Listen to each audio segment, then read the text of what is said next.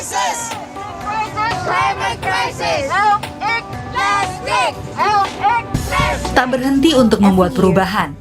Inilah langkah nyata AS Nina Azhara Aqilani untuk menjaga bumi agar layak dihuni.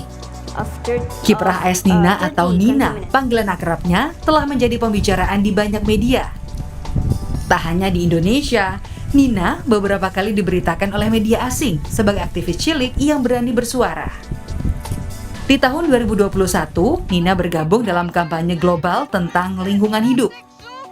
Ia bersama aktivis internasional lainnya bersuara lantang saat konferensi membahas perubahan iklim di Glasgow, Skotlandia.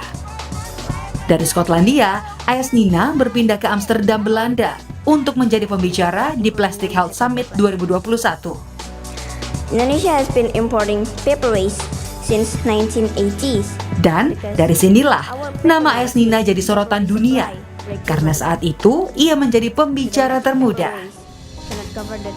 Menjadi sorotan dunia tak membuat langkah Nina terhenti. Februari 2022, Nina kembali bersuara. Ia mengirimkan surat kepada Presiden Joko Widodo. AS Nina meminta Presiden tegas dalam membuat peraturan pencegahan masuknya sampah impor, peraturan membakar sampah, dan pengawasan pembuangan limbah pabrik di sungai. Assalamualaikum warahmatullahi wabarakatuh. Shalom, Om Swastiastu, Namo Buddhaya, Salam Kebajikan. Halo Sobat Spentika, come back with me Keisha as host. And aku Abigail. We are back at Spentikers, Spentika Podcast.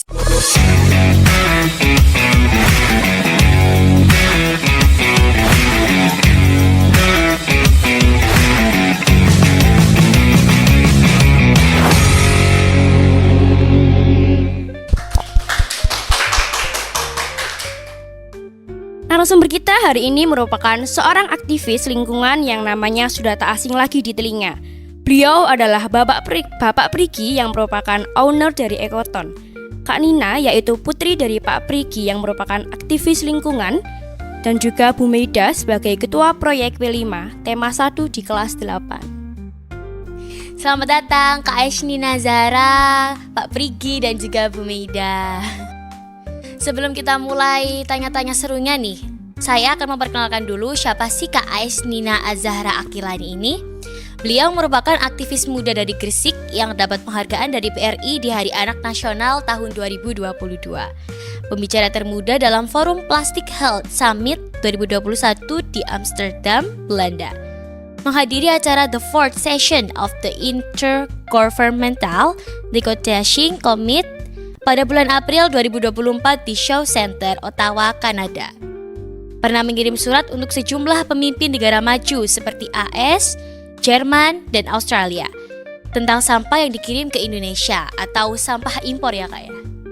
Beliau baru kelas 12 SMA.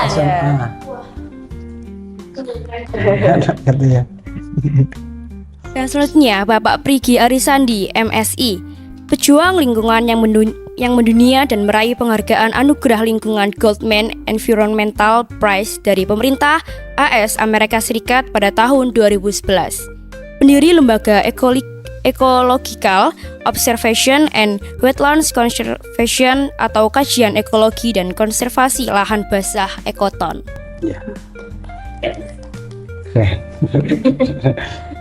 Kita lanjut ke pertanyaan pertama yang bikin Sobat Spentika penasaran nih. Bagaimana sih awal mula Kak Nina akhirnya termotivasi untuk menjadi aktivis lingkungan hingga sampai sekarang ini? Awalnya saya termotivasi adalah karena saya punya rasa peka atau punya rasa peduli. Muncul inisiatif dari diri saya sendiri karena kedua orang tua saya emang seorang aktivis. Dari saya bayi itu terbiasa dibawa ke alam, naik gunung, sungai. Udah ke gunung mana aja nih Kak? Udah penelitian itu ya. Tapi sebenarnya saya juga nggak nyangka ternyata bisa menjadi profesi gitu kan. Saya akhirnya jadi aktivis lingkungan. Padahal emang karena hubungannya dekat dengan alam gitu kan. Semakin saya besar, lingkungan yang saya tinggali, yang saya rasakan itu semakin tercemar, semakin kotor kan.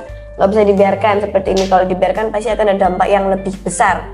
Dan yang akan kena dampaknya adalah siapa lagi kalau bukan kita, anak muda Gen Z yang akan kena dampaknya. Jadi ya kalau bisa dibilang ya ini saya juga beraksi atau jadi aktivis lingkungan ya, agar saya bisa tinggal di lingkungan yang bersih juga besok, demi lingkungan dan juga demi kesehatan kita semua.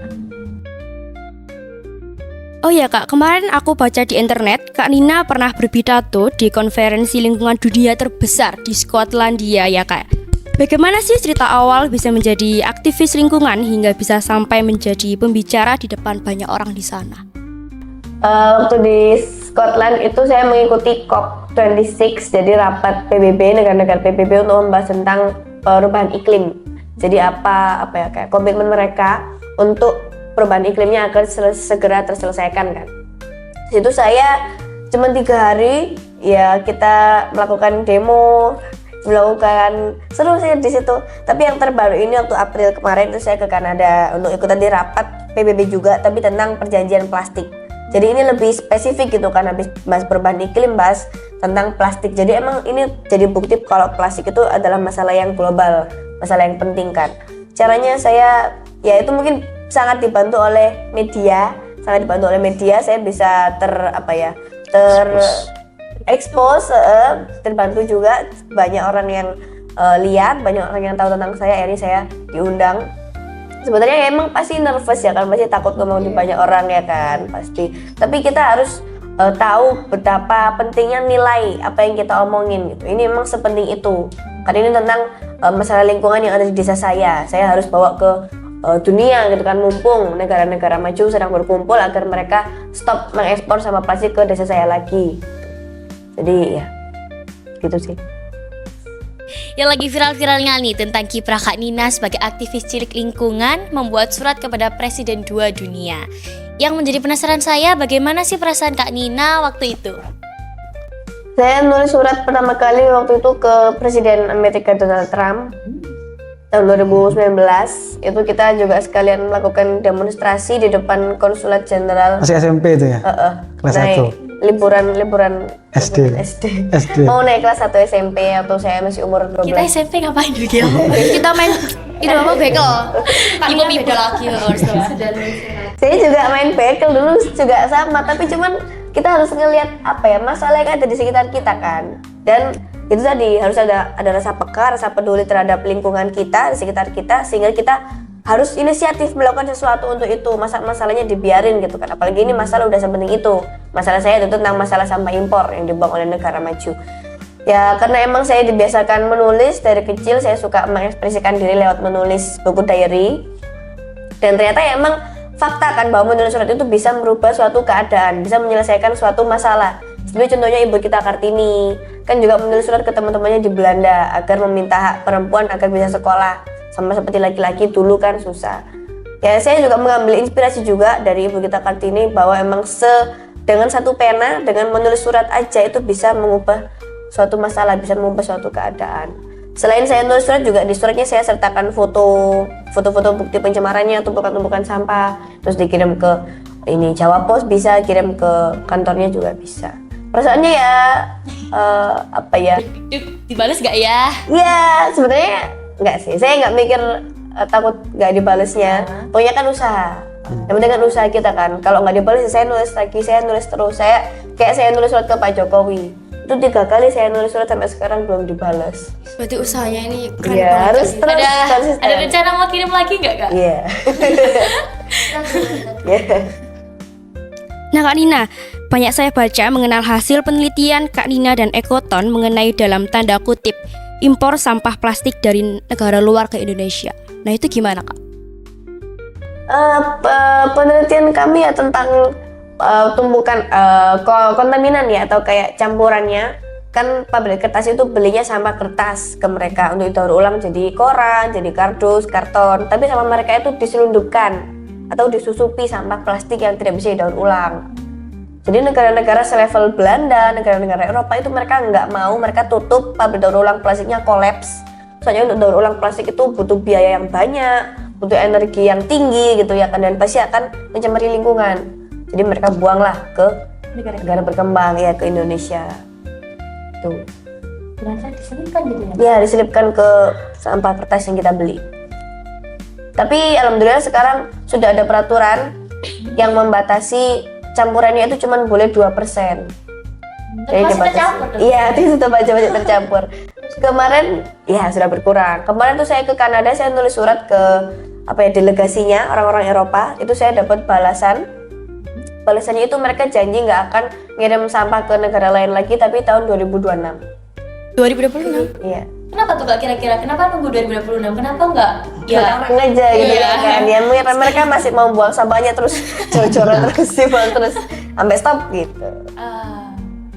Pak Prigi, Ya, kita tahu bahwa mulai dari Sidoarjo, Surabaya, bahkan Gresik merupakan kota industri ya Pak. Nah, kemungkinan limbah yang dihasilkan oleh industri tersebut bisa mencemari lingkungan sekitar. Sejauh mana tingkat pencemaran yang dihasilkan industri-industri tersebut dan dampak yang sudah nyata terjadi tapi tidak kita sadari sampai detik ini? ya kan kita ini kan memang apa ya, satu sisi kita tuh bersyukur karena kita punya sungai. Jadi Sidoarjo, Surabaya itu kan di daerah delta ya. Jadi semua sungai berantas itu kan pecah jadi anak-anak sungai gitu ya. Ada kali Polong, kali Porong, kali Surabaya, kali Mas. Banyak sungai ini itu bawa berkah karena pertanian. Tetapi selain itu banyak industri, banyak pabrik. Karena pabrik itu kan bahan bakunya air. Jadi gampang ngambil air, terus gampang buang limbah ke sungai. Lah sayangnya industri-industri ini nggak ada yang ngawasi. Akhirnya mereka buang limbah nggak diolah. Ya kita nggak nyadari, akhirnya pas sekarang ini ikannya mati. Kemudian contohnya di Keboran ini kan ada yang bilang airnya aja nggak bisa buat mandi kan, buat cuci kuning. Karena tadi itu airnya diserap oleh pabrik. Jadi pabrik-pabrik itu yang ngambil air gitu loh. Sehingga kan spon di bawah tanahnya kan kering gitu. Sehingga kemudian tercemar, jadi airnya kotor gitu. Jadi apa saja pencemarannya? Banyak, ada logam berat, pabrik kertas, pabrik logam, pabrik tekstil. Semua itu kan menghasilkan pencemaran udara sama pencemaran air gitu. Efeknya ya ke kita, udara kita gampang sakit-sakitan, remak gampang. Iya, kita kan metel ya, gampang merotoli, gampang pegel karena tadi itu karena banyak airnya ya udaranya gitu. Jadi 60% penyakit itu karena pencemaran. Karena apa ya? Banyak antioksidan, banyak oksidan merusak imun kita gitu. Jadi ya kita harus mulai mencari tahu, membuktikan kalau memang industri itu mencemari. Kalau kami di Eko ini mengambil sampel, terus kita itu punya namanya ronda sungai. Jadi kita turun malam itu ngambil sampel limbah industri, kita ukur, ya namanya itu BOD, COD, keasaman, suhunya, logam beratnya. Ternyata banyak pabrik itu yang buang limbahnya malam hari. Jadi kalau siang baik-baik, kalau malam itu dibrol, dilos itu ya coklat, ya merah, ya kuning, gitu. Putih. Itu ini kan apa ya, mereka tego mentolo gitu. Kenapa? Karena tahu sungai itu untuk air minum, untuk PDAM. Tawangsari, Karangpilang, Krikilan itu untuk air PDAM. Jadi industri itu meracuni kita. Jadi kan harus do something. Iya, harus berbuat sesuatu. Tahun baru. Iya, untuk berbuat sesuatu agar industri ini ojo nemen-nemen apa. Oh iya, ojo nemen-nemen. Ada aturannya tapi mereka melanggar karena nggak ada yang ngawasi gitu. Sampai sekarang itu Pak. Iya. Gak ada yang ngawasi, lingkungan itu nggak menjadi masalah penting. Jadi masalah lingkungan itu bukan masalah prioritas.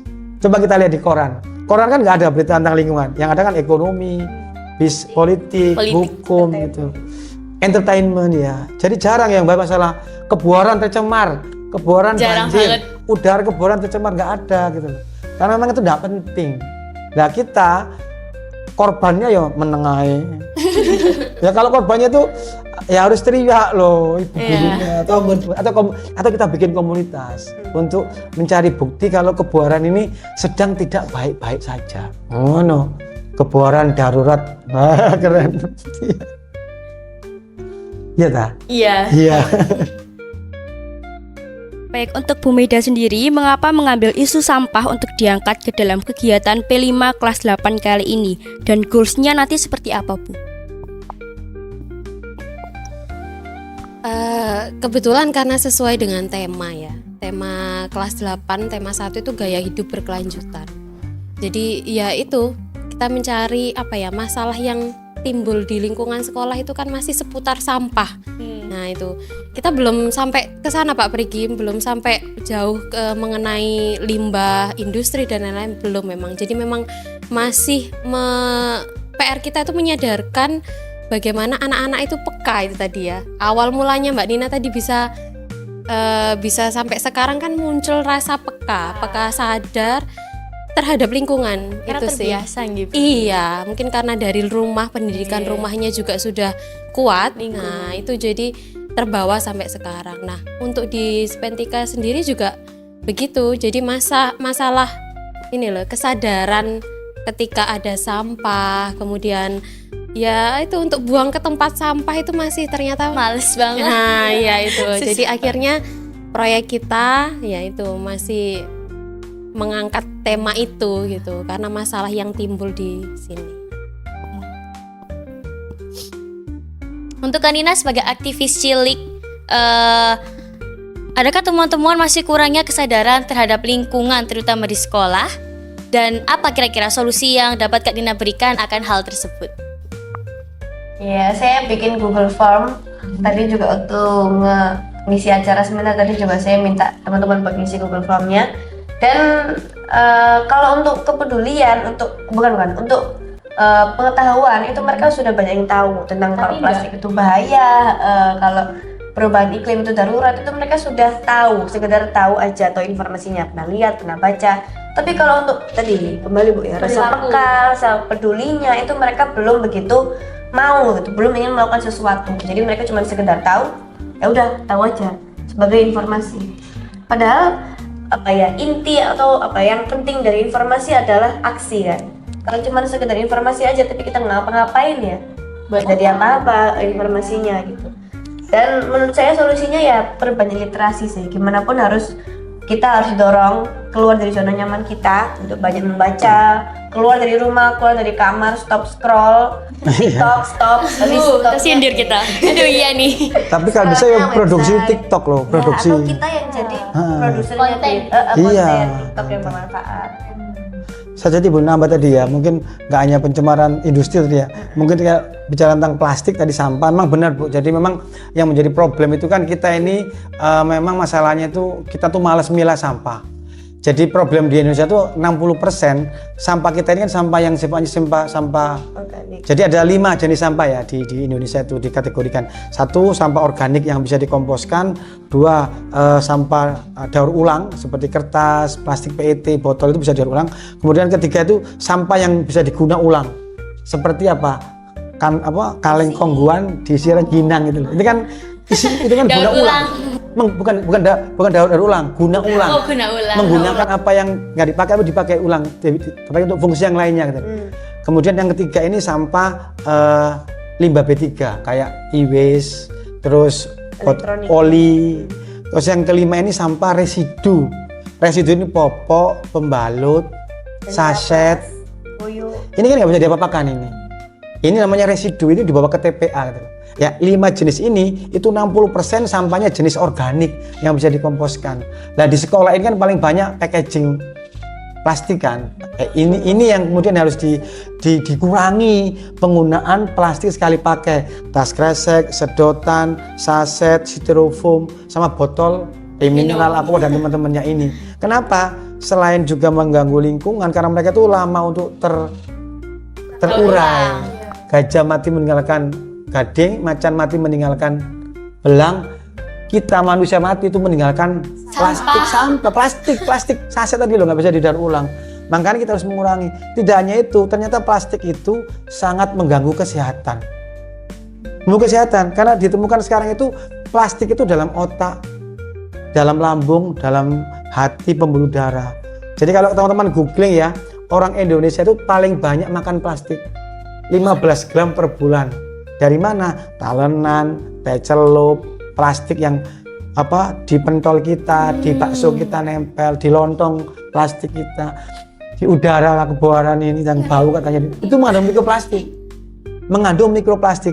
Jadi plastik yang kita pakai itu lama-lama kan pecah, merotoli atau fragmented menjadi serpihan kecil di bawah 5 mili, namanya mikroplastik.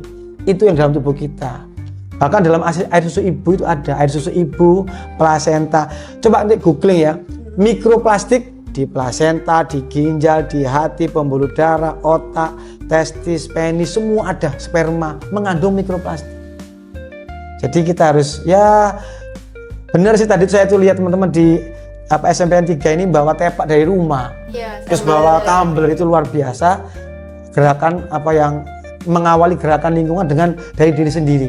Mulai dari yang muda, dari diri sendiri dilakukan istiqomah terus menerus itu. Kadang kan angin-anginan, terus gak usum, gak gawe. Jadi saya harap ini jadi kayak terus dilakukan sampai kelas, sampai harus lulus terus lah, didorong sampai gitu. sampai tua nanti gitu. Gitu. Gitu. Iya. Nah, terakhir nih, adakah pesan-pesan yang ingin disampaikan untuk siswa-siswi Spentika, khususnya dan masyarakat Indonesia pada umumnya? Mungkin dari Kak Nina dulu. Pesan-pesan dari saya, kita harus mengikuti 3R tadi kan, reduce, reuse, recycle. Jangan kita recycle dulu, jangan kita reuse dulu, tapi kita harus pertama yang harus paling kita lakukan adalah reduce. Kita kurangi, kita minimalisir, kita tolak gimana pun caranya, jangan pakai plastik yang sekali pakai. Ya tadi jenisnya kan kresek, popok, botol, sachet, itu harus kita kurangi. Dan sekarang udah banyak banget alternatifnya, pengganti besi, kayu, itu sudah banyak sekali kan. Ini benar-benar jangan kita harus tanya kontribusi apa yang sudah kita berikan ke bumi kita. Sudah memberikan terlalu banyak kan buat kita, sudah memberikan kita udara, makanan, minuman, tempat tinggal gitu ya kan. Kita sudah beberapa banyak pohon yang kita tanam, sudah berapa banyak orang-orang yang kita edukasi gitu. Jadi kita harus mulai berkontribusi demi diri kita sendiri juga, demi lingkungan kita, dan demi masa depan kita. Berarti kita harus juga memberi aksi gitu ya Kak? Ya, aksi, yes. Kalau tahu nggak cukup ya, kita juga harus melakukan aksi. Tuh. Kalau dari Pak Prigi? Ya kalau kita kita itu harus sehat. Jadi kita ini kan digadang-gadang generasi emas gitu loh. Tapi kalau kita kemudian molor, kakek makan plastik, kita akan molor, kita akan sakit-sakitan gitu. Maka kita harus mulai menjaga diri kita. Maka kita harus mengulangi makan makanan yang tadi berkontribusi menurunkan imunitas, menurunkan kesehatan kita. Jangan makan sosis-sosisan, jangan makan makanan yang dibungkus saset. Jadi kalau makan itu harus yang Real ada food. akarnya, real food yang ada akarnya. Ya buah-buahan, ya sayur-sayuran gitu loh. Ojo makanan yang berpengawet dan melalui proses gitu loh. Terutama tadi yang dibungkus plastik. Botol air minum diplastiki, terus kemudian minuman, jangan lupa ya, semua minuman kemasan itu kita teliti, Pocari Sweat, semua white coffee, Fanta itu mengandung mikroplastik di dalam minumannya itu. Maka teman-teman harus mulai menjaga diri supaya nanti tidak menjadi generasi generasi cemas, tapi generasi emas. Maka harus kita sehat gitu loh. Maka ayo kita mengurangi penggunaan plastik sekali pakai, terutama makanan yang di packaging plastik. Styrofoam itu pop ice, pop mie itu dipanaskan itu. Terus kemudian yang juga sasetan lah, mikroplastik. mikroplastik itu. Bayangkan plastik, styrofoam kan mikroplastik, itu dipanaskan, nempel loh di dalam makanan itu. Terus kita beli teh yang dibadai plastik itu, itu kan ada yang kopi-kopi dibadai gelas kertas, itu laminasi semua. Mari nggak kelihatan. Padahal Udah kayak kertas kecampur gitu lah. ya Kak ya. Itu ada laminasinya, Ada plastik. ada laminatingnya. Ya memang kataannya praktis, soalnya enak kata kora-kora. Tapi jangan lupa itu akan nempel di dalam jantungmu, ginjal, paru-paru, air, susu tuh ibu. Makanya kan nanti kita harus biaya pemulihan kesehatan lebih mahal. Makanya sekarang harus lebih hati-hati. Bawa dari rumah tumblernya, bawa tepak dari rumah, dan itu ekonomis kan, lebih ngirit gitu loh. Ya mencegah daripada nanti kita terdampak ya. Mari kita gunakan mulai gerakan tolak plastik sekali pakai dan bawa tumbler dan tepak dari rumah. Lebih aman bagi lingkungan, aman bagi kantong, dan bagi kesehatan kita gitu. Sekali pesannya Iya. Pak Prigi. Dan jangan lupa ya, bikin TikTok yang mengajak, tidak hanya ini kan pengetahuan kan. Jadi pengetahuan harus diketok tularkan, sebar luasan pada tetangga kita, teman-teman kita yang belum dapat informasi ini. Kalau plastik sekali pakai itu bahaya. Ngono sih ngomong, lo kenapa kok negara gak ngelarang aja? Negara gak mikirin itu, mikir liane. Ya kita harus mikir diri kita sendiri gitu. Dampaknya sudah banyak. Nanti teman-teman googling aja ya, mikroplastik di dalam organ tubuh kita. Wes di mana-mana itu. Nah kita harus menjaga diri kita. Kenzi harus jadi content creator. Gini sih. Jangan hanya bikin tren ya. Benar. Jangan hanya bikin tren. Iya nak. Semakin kita mengenal Kak Nina lebih dalam, semakin kita kagum dengan dedikasi dan prestasinya ya teman-teman. Semoga kita semua bisa menjadi contoh hal-hal positif dari Kak Nina ya Sobat Spentika, dan bersama-sama terus berkarya untuk hal yang lebih baik. Kami semua mendukung dan bangga dengan apa yang Kak Nina lakukan. Terima kasih untuk Kak Nina, Pak Prigi dan juga Bu Meida sudah bersedia datang di Spentika Podcast menjawab dan menjelaskan seluruh pertanyaan kita semua. Sebagai penutup, kita sebagai generasi muda tidak bisa menutup mata terhadap permasalahan isu-isu lingkungan saat ini. Karena apa yang kita tabur, maka itu yang akan kita tuai ke depannya.